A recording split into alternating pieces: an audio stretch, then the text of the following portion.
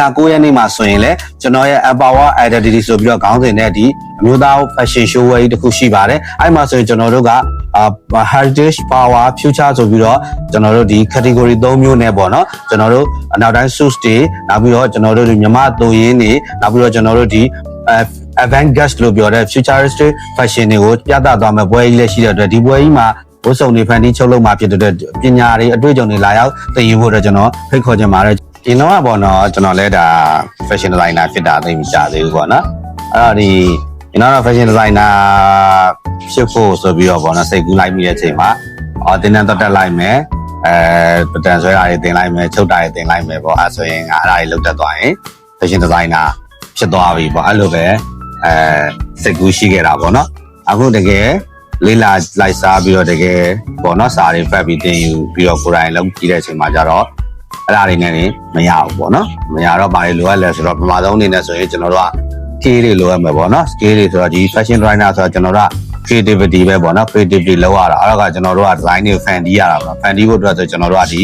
fashion လောကတွေကိုစပြီးခြေစုံပြည့်ဝင်တော့မယ်ဆိုမဖြစ်မနေတက်ထားတဲ့ skill တွေရှိတယ်ပေါ့နော်အဲ့ဒါတွေကကျွန်တော်ဒီ swing and tailoring ပေါ့နော်ကျွန်တော်တို့ဒီချုပ်နီးလုံနီးတွေပေါ့နော်ကျွန်တော်ဒီပုံစံထုတ်ချင်ရင်ဒီလိုဒီတွေနဲ့ချုပ်ရတယ်ပြီးရင် set တွေမှာကျွန်တော်တို့သုံးရတဲ့ beach တွေမျိုးစုံရှိတယ်ပေါ့နော်အဲ့လိုမျိုးတွေမှာချုပ်နီးမျိုးစုံကျွန်တော်ကျွမ်းကျင်အောင်တက်မြောက်ထားဖို့လိုတယ်နောက်ပြီးတော့ကျွန်တော်တို့ဒီ illustration ပေါ့နော် sketch ပေါ့နော်ကျွန်တော်တို့ဒီပုံဆွဲပုံချမ်းတွေဆွဲရရတယ်ပေါ့အရင်ကြီးပြန်လည်အောင်မဆွဲတဲ့အောင်မှာကိုချုပ်ချင်တဲ့ပုံလေးတွေကိုတော့ကျွန်တော်တို့ရဲ့စိတ်ကူးလေးထဲမှာပုံဖော်ပြီးတော့ပေါ့နော်ဒီလိုမျိုး sketch လေးတွေဆွဲကြည့်ရတာပေါ့နော်အဲ့လိုမျိုး sketch လုပ်ရမယ်နောက်ခုဆိုရင် digital illustration တွေပေါ့နော် digital နဲ့ဆွဲတဲ့ဟာတွေခုလိုမျိုးကျွန်တော်တို့ဒီ iPad ထဲမှာဆွဲတာတွေပေါ့နော်ပြီးကွန်ပျူတာထဲမှာ 3D ဆွဲကြည့်တာတွေ Photoshop တွေပါနေဆွဲကြည့်တာတွေပေါ့အဲ့လိုမျိုးတွေဆွဲရရမယ်ပေါ့နော်ကျွန်တော်တို့ဒီချုပ်ချင်တဲ့ design တွ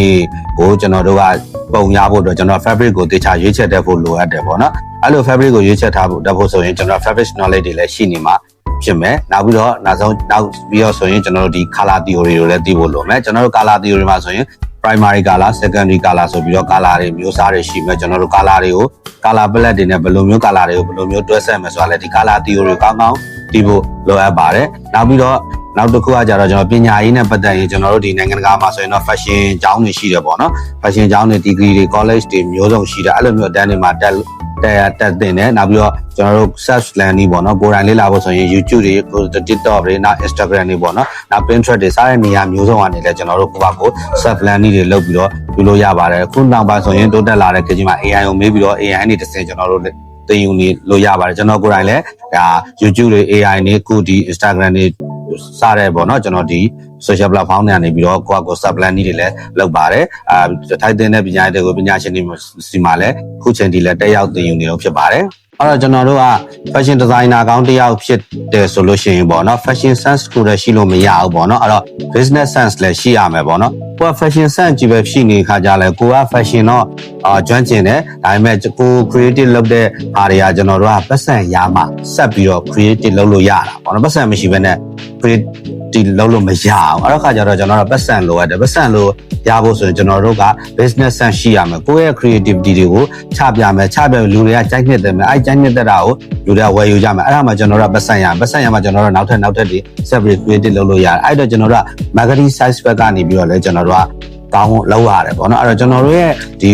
creativity တွေဘယ်သူတွေကဝယ်မှာလဲကျွန်တော်တို့ကဘယ်သူတွေအတွက်ဖန်တီးပေးမှာလဲအဲ့တော့ကျွန်တော်တို့ဖန်တီးပေးမဲ့အသက်အရွယ်အပိုင်းခြားရောဘယ်လောက်တွေလဲဥပမာကျွန်တော်တို့30ရာနေ40ကြားအတွက်ဖန်တီးမှာလားအဲ့ဒါဆိုရင်ကျွန်တော်30ရာနေ40ကြားမှာဆိုရင်လူတွေကဘလို့ fashion တွေကိုကြိုက်နှစ်တယ်လဲဘလို့ပုံစံတွေကိုနှစ်သက်တယ်လဲပေါ့နော်နောက်ပြီးတော့အဲ့လူတွေကငွေအမောက်ဘယ်လောက်ထိသုံးနိုင်တယ်လဲဆိုတဲ့ဟာတွေပေါ့ကျွန်တော်တို့ကတေချာလေး marketing research လုပ်ရပါတယ်အဲ့တော့ပြီးမဲ့ခါမှာကျွန်တော်တို့ကဒီ branding ပေါ့နော် branding လုပ်ရတယ်ဥပမာကျွန်တော်ရဲ့ Nautica Man Fashion ဆိုလဲ Nautica ဆိုတဲ့ brand တစ်ခုရအောင်လုပ်တယ် designer man ဆိုတဲ့ fashion atelier ဆိုလဲကျွန်တော်ရဲ့ brand ကဘယ်လိုမျိုးလဲကျွန်တော်ရဲ့ brand ဒီ luxury brand လားကျွန်တော်တို့ streetwear လား streetwear brand လားကျွန်တော်တို့ကဘယ် target audience သွားတဲ့ brand လဲဆိုပြီးတော့ကိုယ့်ရဲ့ brand ကိုပေါ့နော်style တစ်ခုဖြစ်နေဖို့အတွက် identity တစ်ခုဖြစ်နေဖို့အတွက်ကျွန်တော်တို့ကဘယ်လိုထိုးဖောက်မလဲဈေးကွက်ထဲကိုပေါ့နော်အဲ့အတွက်ကျွန်တော်တို့က marketing research တွေလုပ်ပြီးတော့ကျွန်တော်တို့ကလုပ်ပါတယ်အဲ့တော့ကိုကပေါ့နော်ဒီ fashion လုပ်ငန်းနဲ့အသက်မွေးမယ်ဒါမှမဟုတ်ကိုက fashion brand တစ်ခုကိုတည်ထောင်မယ်ဆိုလို့ရှိရင်ကျွန်တော်တို့ကကိုယ့်ရဲ့ကိုယ်ပိုင် style နဲ့ကိုယ့်ရဲ့ဒီ style တစ်ခုရှိဖို့အတွက်ဈေးကွက်ထဲကိုကျွန်တော်တို့က ထိုးဖောက်ရမယ်ပေါ့နော်အဲ့လိုမျိုးထိုးဖောက်ဖို့အတွက်ဆိုရင်ခုနကပြောတဲ့ knowledge တွေ average knowledge တွေခုနကပြောတဲ့ဟာတွေအကုန်သိဖို့လိုအပ်တယ်ပါအဲ့လိုမျိုးခုနဟာတွေအကုန်လုံးတက်မြောက်ဖို့သိဖို့ဆိုရင်ကျွန်တော်အဓိကအကြံပေးတာပေါ့နော်ဒီ fashion နာမည်ကြီး fashion designer တွေစီမှာ internship ပေါ့နော်အလုပ်သင်နေနဲ့ဝင်ရောက်လုပ်ကိုင်ရင်တော့အကောင်းဆုံးပဲနောက်ဒါမှမဟုတ်အထည်ချုပ်လုပ်ငန်းတွေမှာပဲဖြစ်ဖြစ်ဒါတွေကကျွန်တော်တို့ကကျောင်းမှာလို့စာအုပ်ကြီးကိုဖတ်ပြီးတော့ဆရာမရှိရနေပြီးရှင်းပြနောက်ကလိုက်မှတ်ပြီးတော့အလွတ်ကျက်ရတဲ့အရာတွေမဟုတ်ဘူးကျွန်တော်တို့ကလုပ်ငန်းတွေကိုလုပ်ကိုင်ရင်လည်းမှဒီလုပ်ကိုင်ရင်လည်းမှတက်မြောက်တဲ့လုပ်ငန်းတွေဖြစ်တဲ့အတွက်ကျွန်တော်တို့ကတကယ်လုပ်နေတဲ့လူတွေစီမှာ internship ပေါ့နော်အလုပ်သင်အနေနဲ့သင်ယူပြီးတော့လုပ်သွားရင်တော့အကောင်းဆုံးပဲပေါ့နော်အဲ့တော့ခါကျဒီ internship အနေနဲ့အလုပ်သင်အနေနဲ့ဘယ်လိုမျိုးလုပ်မလဲဆိုရင်တော့အဓိကပြောချင်တာကျွန်တော်စီမှာလာပြီးတော့လုပ်လို့ရပါတယ်ကျွန်တော်အခုမှဆိုလို့ရှိရင်နောက်ဒီကိုင်း fashion outfit အနေနဲ့ကျွန်တော်တို့ဒီမျိုးသားတွေနဲ့ပတ်သက်လို့ ready to wear တွေနောက်ဒီကျွန်တော်တို့ညာအိတ်ဝတ်ကနေပြီးတော့ပွဲတက်တွေ suits တွေတိုက်ပုံတွေတုံရင်းတွေပေါ့နော်အကုန်လုံးကျွန်တော်တို့နောက်ဒီကိုင်း fashion outfit ကနေ fancy ချုပ်လုပ်နေတယ်အခု designer မှာဆိုတဲ့ fashion atelier ဆိုပြီးနောက်ထပ်တခုထပ်ဖွင့်ပြီးတော့ကျွန်တော်တို့ဒီအမျိုးသမီးဝတ်ထည်တွေစပြီးတော့ fancy ချုပ်လုပ်နေပြီဒီနောက်ထပ်ပေါ့နော်မေလာ9ရက်နေ့မှာဆိုရင်လည်းကျွန်တော်ရဲ့ empower identity ဆိုပြီးတော့ခေါင်းစဉ်နဲ့ဒီအမျိုးသား fashion show ဝယ်ကြီးတခုရှိပါတယ်အဲ့မှာဆိုရင်ကျွန်တော်တို့က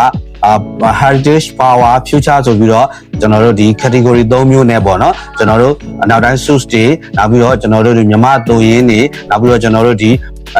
avant garde လို့ပြောတဲ့ futuristic fashion တွေကိုပြသသွားမယ်ပွဲကြီးလည်းရှိတဲ့အတွက်ဒီပွဲကြီးမှာဝတ်စုံတွေဖန်တီးချုပ်လုပ်မှာဖြစ်တဲ့ပညာတွေအတွေ့အကြုံတွေလာရောက်သင်ယူဖို့အတွက်ကျွန်တော်ဖိတ်ခေါ်ချင်ပါတယ်ကျွန်တော်စီမှာလာရောက်သင်ယူမယ်ဆိုရင်တော့နေစားချင်းလည်းလာရောက်လို့ရတယ်လို့ကျွန်တော်တို့ကိုယ်အိမ်ကနေပြီးတော့နေသွားညပြန်နဲ့လည်းလုပ်လို့ရတယ်အကယ်၍အပြင်ကနေပြီးပညာပါလာတဲ့ကျွန်တော်ပေါ့နော်ကျွန်တော်စီမှာအသုံးချလို့ရတဲ့ပညာရက်ပါလာဆိုတော့ကျွန်တော်လာတာတစ်ခုအနေနဲ့စပေးမယ်အကယ်၍ဘာမှပါမလာဘူးဝါသနာပါယုံတက်တက်ပဲဆိုရင်လည်းကျွန်တော်တို့